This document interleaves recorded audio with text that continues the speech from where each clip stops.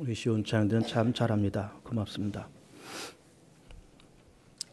오늘은 2022년도 12월 25일 성탄절입니다. 우리는 지금 태양력을 쓰고 있으면서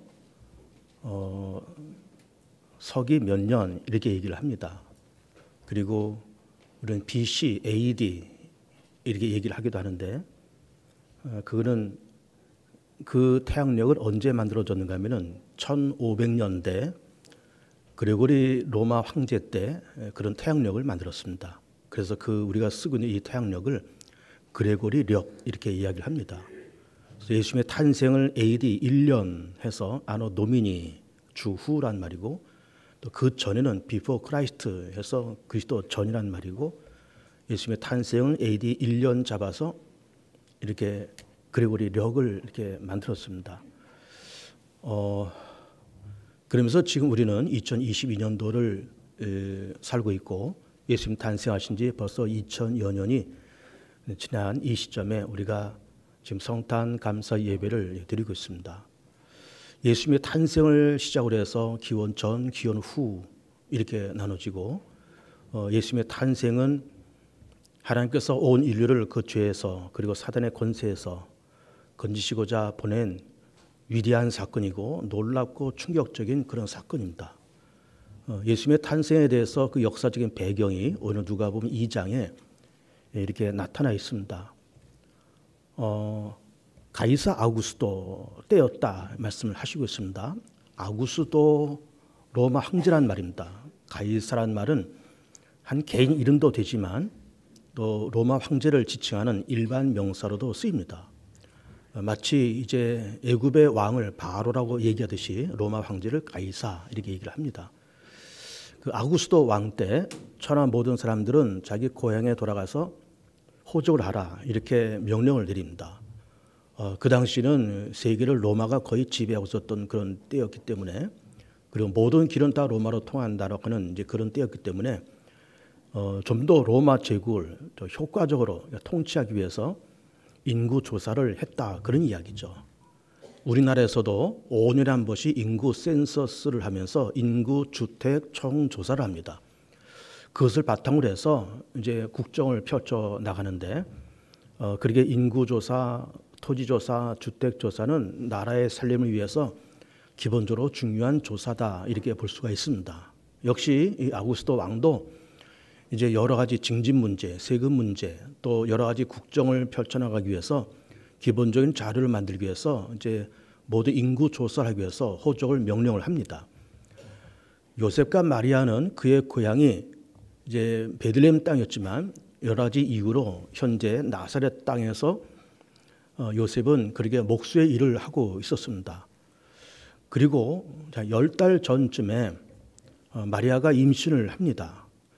아직 이 두 남녀가 결혼하지 않았던 이제 그런 때에 여인이 임신을 하면서 임신을 한 마리아도 참 당황스럽고, 또 그의 약혼남인 요셉도 적지 않게 당황을 합니다.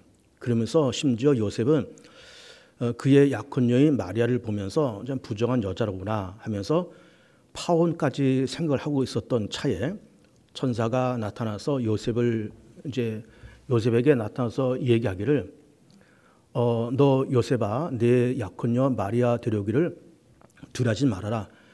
마리아가 지금 임신을 했는데 그렇게 그 안에 들어있는 그 아기는 남자를 통해서 얻어진 그런 아기가 아니고 성령으로 잉태된 것이고, 하나님께서 오래전부터 약속하신 메시아를 보내주셨다 그랬는데 내 약혼녀 마리아의 몸에서 메시아가 잉태되고 조만간 분만될 거다. 그러니 그 마리아를 데려오기를 두려워하지 말아라. 그렇게 말씀을 합니다.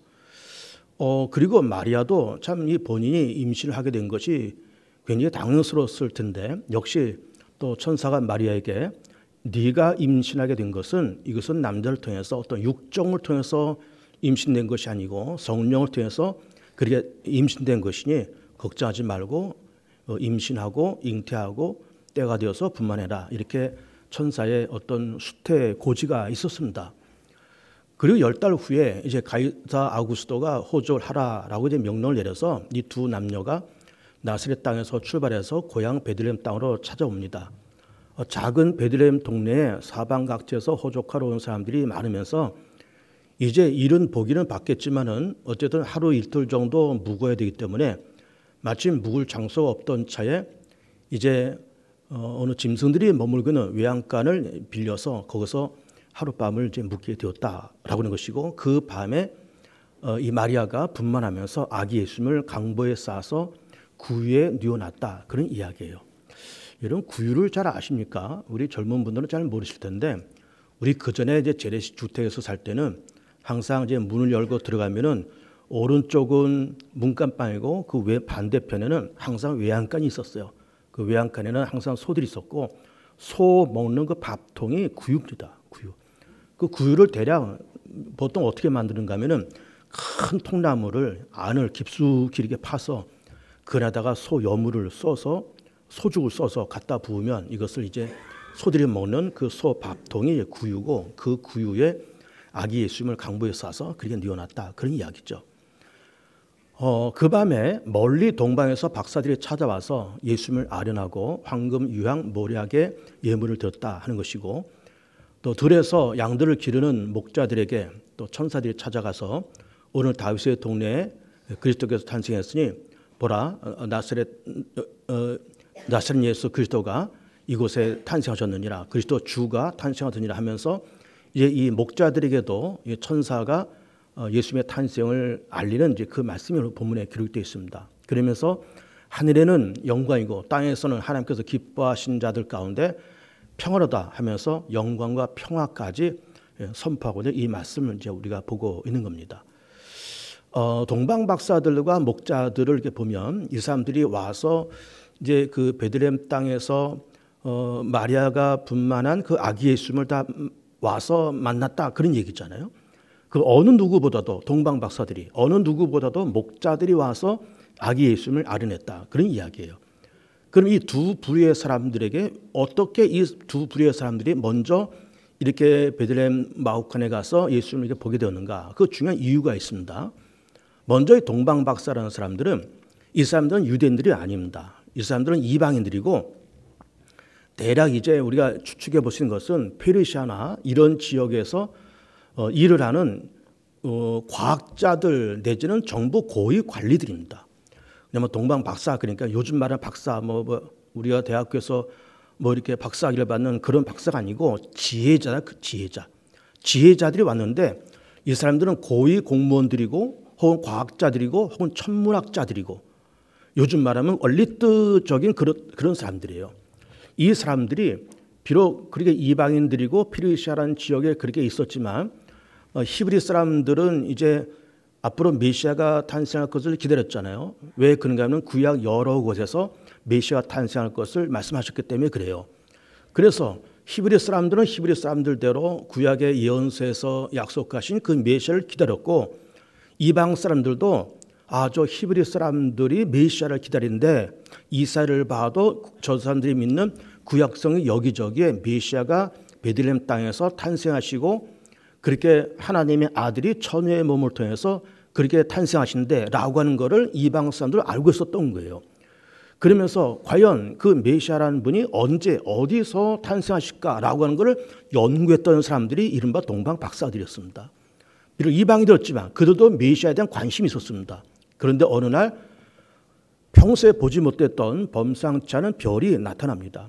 저게 뭘까? 그렇지 않아도 천문학을 연구하는 이런 사람들이기 때문에 이런 천체의 움직임에 대해서 아주 밝고, 그런데 평소에 보지 못했던 이런 별이 나타나는 것을 보면서 이게 뭘까? 그렇다. 이거는 분명코 이거는 히브리 사람들이 기다렸던 메시아가 탄생하실 거를 나타내는 어떤 천상의 어떤 계시가 아니겠느냐 하면서 그러면 따라가 보자 하면서 별이 움직이는 것을 따라갔는데 이 별이 베들레헴 땅에서 예수님께서 탄생하신 그 마후간 바로 위에 이제 별이 거기 멈추고 거기에 이제 마치 스포트 조명처럼 이렇게 그 마구간을 이렇게 비춰줬다는 거죠.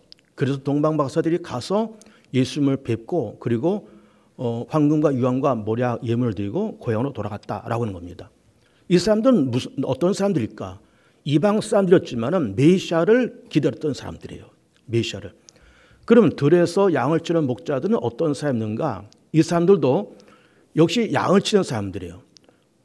어떻게 보면 이 히브리 사회에서 평범한 서민들입니다.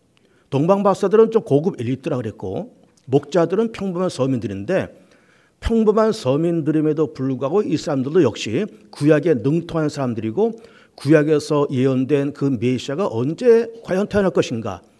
우리가 이렇게 이사라든지 여러 예언서에서 약속된 메시아가 태어난다고 말씀하셨고 그러면 그 태어날 때와 장소를 우리가 그동안 많이 기다렸는데 이제는 거의 오지 않았을까, 거의 됐지라고 생각을 했던 차에 천사가 목자들 찾아가서 다윗의 동네에 그리스도가 탄생하셨다는 이런 수태 고지를 또 이 목자들에게 했던 겁니다. 그랬더니 목자들이 찾아와서 정말로 천사들이 얘기한 그 현장을 와 보니까 이 외양간에서 예수님이 탄생하시고 그리고 강보에 쌓여서 구유에게 뉘어놨다라는 것이고 목자들이 와서 아련하고 돌아갔다. 그런 이야기예요. 목자들도 마찬가지 평범한 이 히브리 사회에서의 어떤 서민층에 속하는 이런 사람이었지만은 역시 메시아가 강림할 것을 기다리고 준비하는 그런 사람들이었다라고 하는 겁니다. 제가 이 근래에 성경의 중요한 주제들 쭉 얘기하면서 첫 번째는 그 동성애와 차별금지법을 시작으로 해서 쭉 얘기하면서 그러면서 기독교와 교회 14만 4천 666 그리고 최근에는 천년왕국 아마게돈 전쟁 그리고 휴거까지 그렇게 얘기를 했습니다. 그러면서 천년왕국은 예수님의 초림서부터 재림까지가 천년왕국이다. 그러면서 예수님의 재림 임박해서 7년 다환란 아마게돈 전쟁 곡과 마오의 전쟁이 일어나고 예수께서 재림하실 때 부활과 휴거 사건이 일어나고 그때로부터 해서 새로가 새 땅이 펼쳐진다. 이런 말씀을 여러 번 드렸어요. 이런 도표까지 그려서 보여드리면서 여러분들에게 그렇게 설교를 했습니다. 그러니까 지금 예수님께서 초림하시기 전에는 이런 목자들이나 혹은 이 동방박사들은 예수님의 초림을 기다렸습니다. 그리고 우리는 지금 천년왕국 시대를 살고 있으면서 동시에 우리는 무엇을 기대하고 기다려야 할까라고 했을 때 예수님의 재림과 하나님의 나라를 기다리는 믿음이 우리 가운데 필요하겠다라는 말씀을 먼저 드려보고 싶은 겁니다. 기다리는 사람들에게 기적적인 역사가 일어났다라고 하는 거예요. 목자도 그렇고 동방박사도 그렇고 하나님의 나라와 하나님의 위로와 하늘의 평강과 하나님의 영광을 사모하고 메시아를 사모하고 메시아를 기다렸던 그 사람들에게 과연 메시아를 보는 그런 영광이 그들 가운데 임재했다라고 하는 겁니다. 오늘은 12월 25일입니다. 오늘은 올해 마지막 주일이고 동시에 성탄절이에요. 왜 12월 25일이 성탄절로 이렇게 정해졌는가라는 그 기원에 대해서 아마 한두 번 얘기를 했을 것 같습니다. 중세 때만 해도 물론 천문학에 관심들이 많았지만 어쨌든 천문학 연구하면서 12월 25일이 동지로 그렇게 이게 삼았습니다. 물론 그레고리 왕 때에 이 태양暦이 만들어졌다라는 말씀을 드리는 건데 그때 정도만 해도 12월 25일이 동지인 줄 알았어요. 지금 이제 정확하게 이렇게 따지면서 12월 21일 요쯤이 동지가 이렇게 오죠. 동지가 뭘까요? 해가 가장 남쪽으로 내려갔다가 다시 떠오르는 그 시점, 이게 동지잖아요.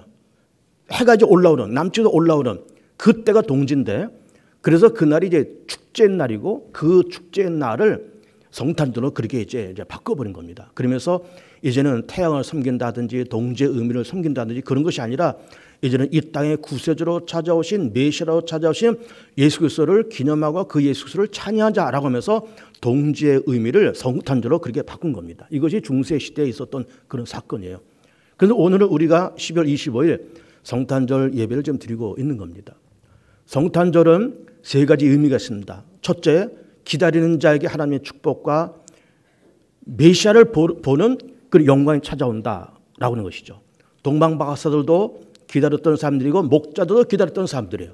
우리도 기다려야 됩니다. 뭘 기다려야 될까요? 하나님의 나라, 기도에서 응답, 예수님의 재림 우리가 기다려야 되고 또 지금 러시아 우크라이나 전쟁 빨리 종전되길 기다려야 되고 우리 대한민국 남북 통일되길 기다려야 되고 지금 우리가 3만불 시대를 가고 있는데 이제 4만불, 5만불 시대를 가야 되겠다고 그 시대를 기다려야 되고 우리 대한민국이 세계 속에서 영적으로 육적으로 복음적으로 모든 면에 우뚝 서는 나라가 될 것을 기다려야 되고 개봉중학교가 부흥되고 잘 될 것을 기다려야 되고 우리가 기도해서 응답받고 우리 자녀들이 주 안에서 영혼이 잘된 것이 범사가 잘되고 강건케 되면서 잘되고 잘 살고 나라도 민족도 잘되고 우리 가정도 교회도 잘될 거를 기다리는 믿음이 먼저 우리 가운데 필요한 겁니다.